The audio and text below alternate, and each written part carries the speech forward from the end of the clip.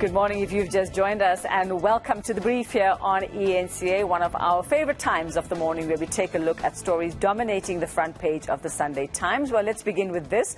2 SAPS officers, including a former head of crime intelligence, are being investigated over allegations that they removed sensitive files from a murder scene. Well, police raided their premises last month as part of the investigation by the Cold Case Unit, and some of the documents are reportedly linked to the investigation into the theft of millions of rand from President Cyril Ramaphosa's Phala farm. And then the DA launched its manifesto in Johannesburg yesterday. The party wants private sector companies to take the lead in providing basic municipal services such as water and electricity, as local government entities increasingly struggle to deliver them amid crumbling infrastructure and other problems. Well, let's get down to it. We're joined this morning by Sunday Times editor Makhudu Sefara and Sunday Times parliamentary editor Thabo Mokone, who'll be joining us in just a moment. Makhudu, good morning and good to see you again. Welcome back. Thank you for having me. Well, let's head straight to that front page story. Files Mystery is your headline there, and that bombshell claim. So various issues here, but Phala standing out as possibly, you know, the possible implications. And what does this mean for the president? So tell us what you found. What do we know about what's happened here? Okay, so there's a senior cop who died or who was killed, and the assumption at the time was that he died of COVID-19, and then it later transpired that he was poisoned. And now, very recently, another cop put together an affidavit that says there are things that happened at the scene which did not make sense initially, and now that this investigation is looked at as a murder, it is important for him to put certain things on the table. Then he implicates 2 officials, including a former head of intelligence, police crime intelligence. And he says they helped clear the cops' digital footprint. In other words, wipe the phone, and then he says they also ensured that the files relating to an investigation that the senior cop was doing were missing, and those files relates to this Lieutenant General Mfazi's investigation into the abuse of funds relating to Phala. So, in other words, the people who were doing the fixing around Phala were themselves being investigated by this general who then died. Now, upon his death, the files that he was working on then go missing. That's really the mystery. The question is, who took the files? Yeah, and what's in them? Yeah, what's in the files? And why is his phone being wiped clean? You know, so those are the things that are really getting the hair on people's back raised. And the other question is, did the president know, didn't he, depending on what's in the files? Because he did say he would be deeply humiliated. So, you know... Yeah. We don't know what the president knows, but obviously, I mean, the whole security system works to protect him and, you know, to... just ensure that his needs are attended to. There are people who may do things in his name that he doesn't approve of because they think that they're trying to please him, and some other people may just abuse his name. Okay, well, I suppose as the story progresses and develops, we'll figure out or hopefully find out what's in the files. And why the files must be found. The files must be found, and hopefully with tech we'll be able to get through to those. Well, let's head on over now. This is where we say good morning to Thabo Mokone, and we're talking about the DA. The DA wants private sector companies to take the lead in providing basic municipal services. And Thabo, very good morning to you, and you've covered this story, the DA launching its local government election manifesto yesterday. I mean, what do they want to see from the private sector? Because we've always had a call for the private sector to get its hands dirty. How does the DA believe that it can actually now make this happen and get them to come to the party? Good morning, Uveka. Good morning, Makhudu. So what they are trying to do here, Uveka, is to sort of create some kind of incentives for the private sector to come on board and help municipalities render services such as delivery of water, electricity, and waste refusal, simply because their argument is that municipalities have been struggling to render these services.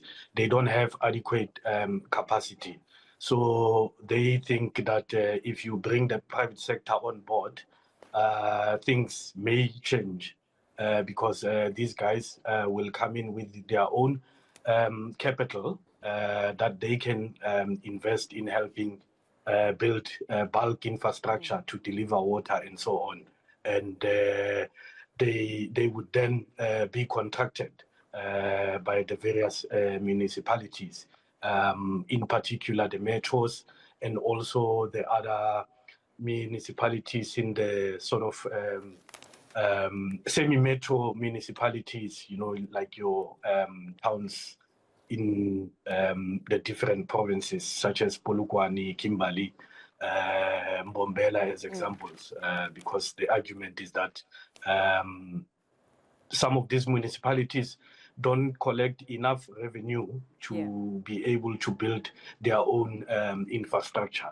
Hence, there's now a proposal that the private sector should come on board, help invest, and then they can then be contracted by these municipalities and get paid. Thabo, as the person who watches the goings-on at the DA very closely, I mean, do you think that they can pull this off? I mean, also just watching what else came out of the manifesto launch yesterday. I think they can, Uveka, because, for example, some of these things they are already doing where they govern with an outright majority here in the city of Cape Town. The city does buy power or electricity from the independent power producers.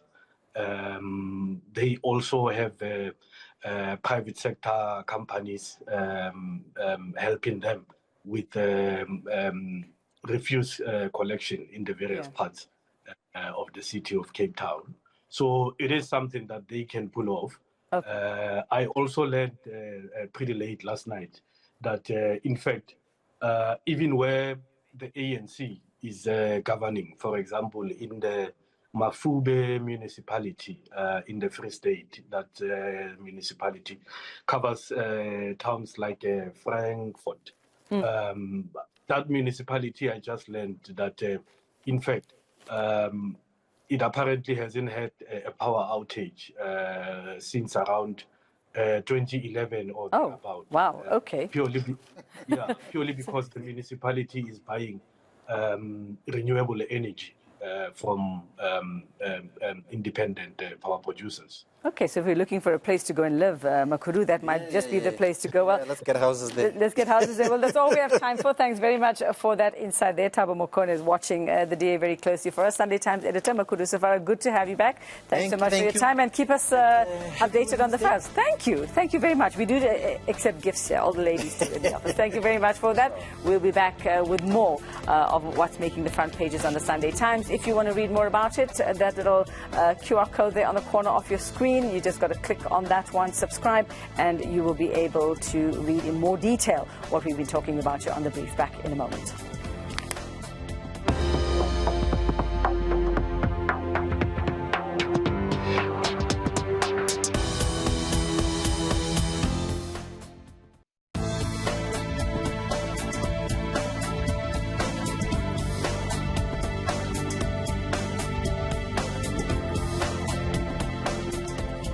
Welcome back. It is The Brief, where we take a look at what is making the front pages of the Sunday Times. And this story had lots and lots of people talking and worried. This week we saw the story of two St. Stithians pupils. That's Cameron Waldeck-Cooks and Ethan Coetzee. Speculation around their deaths has been swarming around the public discourse around this. Well, the brother of Cameron wrote a post accusing Coetzee of having murdered his 17-year-old sister. Let's chat more about what they found now with senior Sunday Times journalist Gill Gifford. Gill, good morning. And yes, this story has consumed people, especially in Joburg, because this is, I mean, they're both children who went to such a prestigious school as well.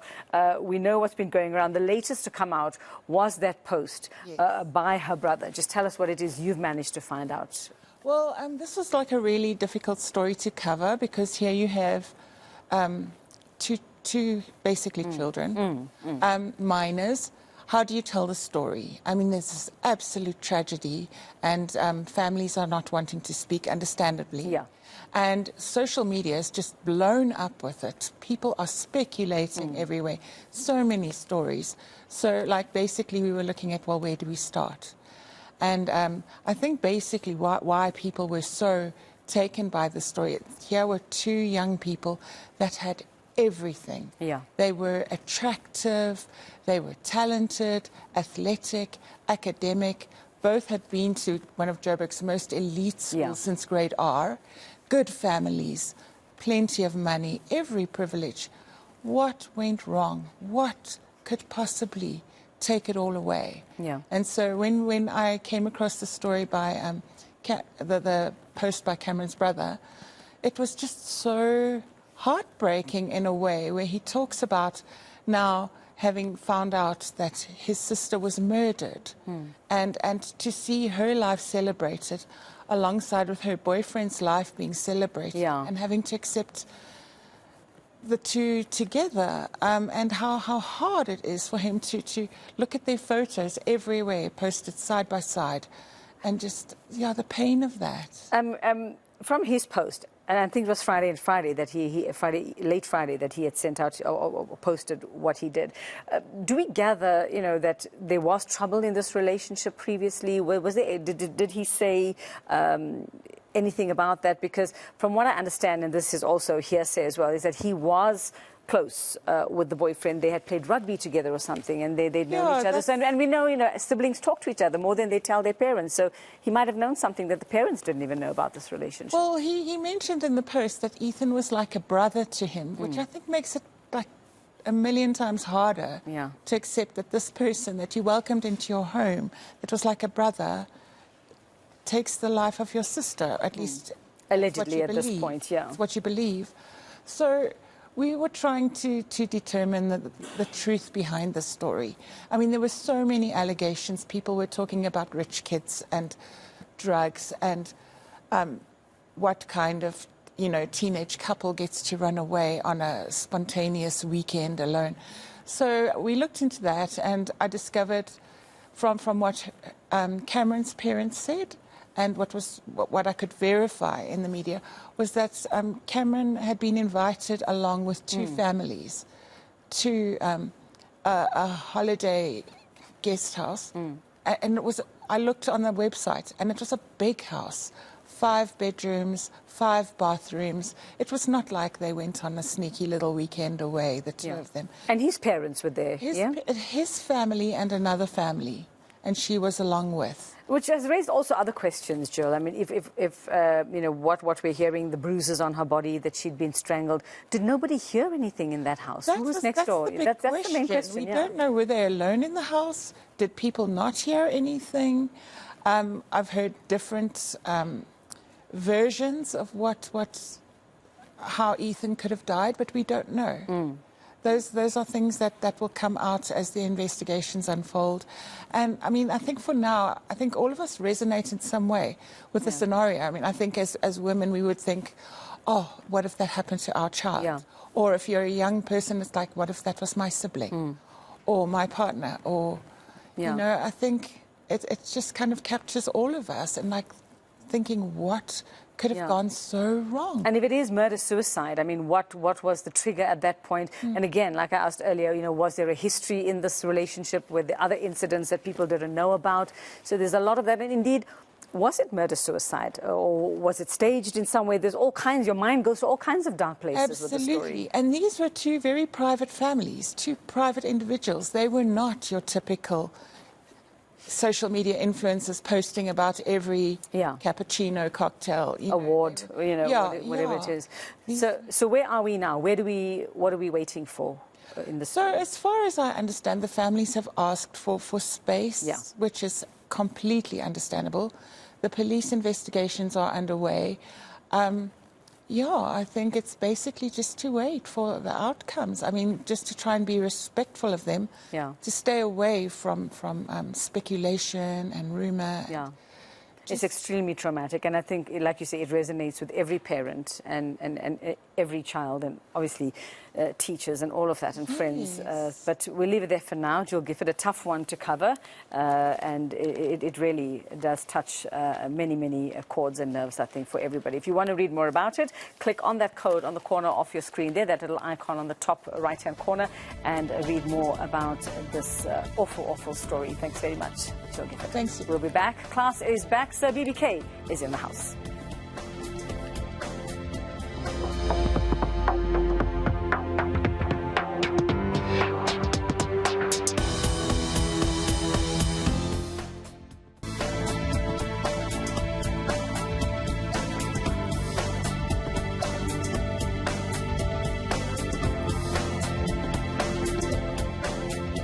Hello again. Well, class is in. Sunday Times sports editor BBK back to discuss what's happening in the Times world of sports. Of course, let's start with the greatest rivalry, which is upon us. Well, before we get to that one, I want to start with Pitso. Pitso's Bafana deal and saying yes to Pitso. That's where we actually start. So, BBK, good morning and welcome. Good morning, ma'am. And to you and all the women, the wonderful women of our country, Happy Women's Month, Happy Women's Day. Belated birthday to my mother and my son yesterday. But let's talk Pitso. Yes, you've got a very expensive month ahead of you, but let's talk Pitso as well. Yes to Pitso, Pitso's Bafana deal. What is the deal? How many So euros we've been there? on it. We've been telling you. We had it on the other front page. You know, this is the back page, Yes, the real front page. We had it there that Pitso was the front runner. That he had done the presentation to the SAFA Technical Committee long before the team actually went to the World Cup. They've been talking. It seems they found each other. So yesterday, SAFA had a National Executive Committee meeting where they approved the appointment of Pitso Mosimane. Safe to say there are just a few niggling issues that need to be addressed, like the personal terms, like the salary. I mean, Hugo Bruce was getting over R1 million. Why not give Pitso the very same thing? They have to finalize what you need to do with his backroom staff. Wherever Pitso Mosimane goes, he goes with his trusted lieutenant. He calls the SEALs. One of them is Musi Matlaba, who is a performance analyst, as also Kabelo Rangongwa, who is the physical conditioner. So those are the things that needs to be tied to make sure that we get this over the line. SAFA are hoping to announce him next week, and we do not have the luxury of time, Uveka, because Bafana have got to begin their qualifiers for the 2027 AFCON that is going to be in Kenya, Tanzania, and Uganda, and that starts in September. We start the first game against Guinea, and we need to play Eritrea after that, and then we play, guess who? Kenya, coached by who? Benny McCarthy. Oh dear. Okay. Look at that glint in your eye. That's going to be great. That's going to be great. So it's just a question of finalizing those a few things, and we're going to have this not so very well kept secret, you know, being finalized and stamped upon next week. All right, so that's football. Let's head on over to rugby, dominating on page 23 here on the inside on the Stormers.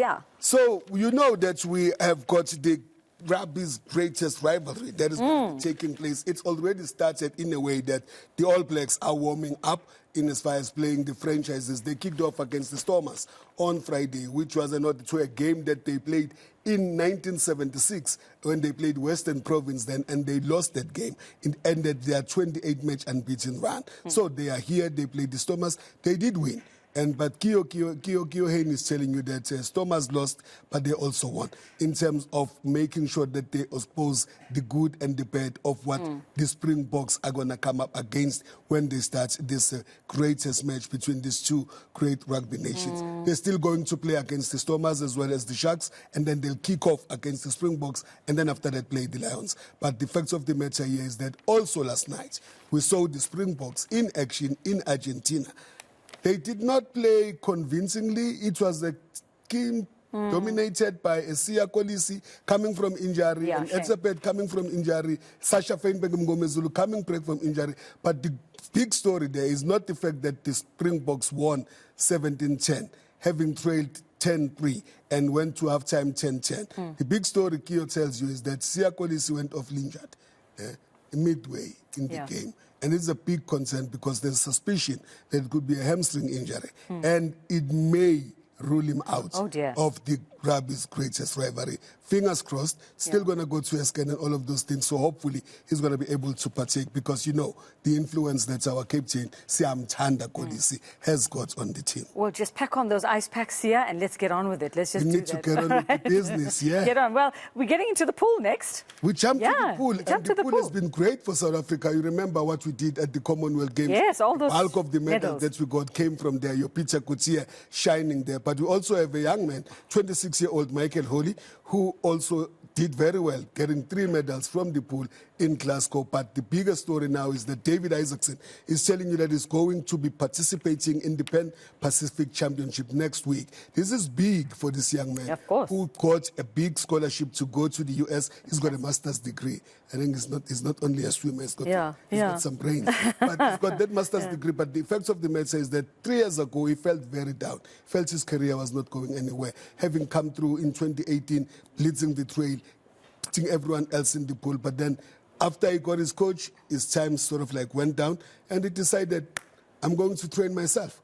And he went back to it, and we saw the evidence of it in Glasgow in the swimming pool. So all the stories are in parts of the package that we're giving you. Matlatim Patlele and Sazi Hadebe also telling you what is happening in as far as the MTN 8 is concerned. Pirates needing a last-minute goal from Kapane, who gave...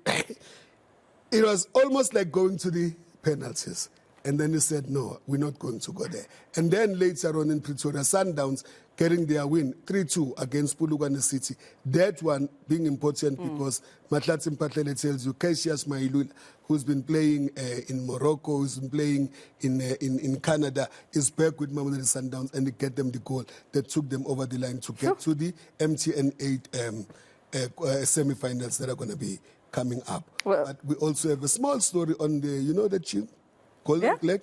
Kaiser Oh, yes. Yes, they made some signing. Lots of unhappiness in the background there, I can tell you. I mean, getting they made feedback some here. signing that have excited their fans, chief among them being Langelihle Pili, the 21-year-old winger from Stellenbosch, the man whom you may or may not be talking to, writes a piece there to say, perhaps it might not be an idea to pile so much pressure on this youngster who comes from Stellenbosch, having played more than 50 games across all competitions, including the Confederations Cup, as well as coming to Chiefs. He's not going to be the silver bullet. He's not going to carry the team by himself. But look at Chiefs playing their MTN 8 quarter-final against Golden Arrows today. Well, all in the Sunday Times. It's a bumper edition. I mean, there's lots of great stuff in here. If you want to read all about it, there's that icon on the corner of your screen. Just click on it and get into it, and you can read all about it.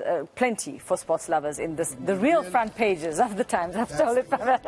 So, BBK, thank you very much for that, and you have a great long weekend, and happy birthday to all the August babies in your family. Yeah, all the August babies. Another one is still coming. That is it for the weekend edition of the South African Morning. It's been great being back with you. Happy Women's Day. If you are out and about and celebrating the women, celebrate yourself if nobody else does. Kendall and the Newslink team standing by to bring you all of your top stories. From me, have a fabulous day, a fabulous long weekend, and a great week ahead. Stay warm. Bye-bye from us.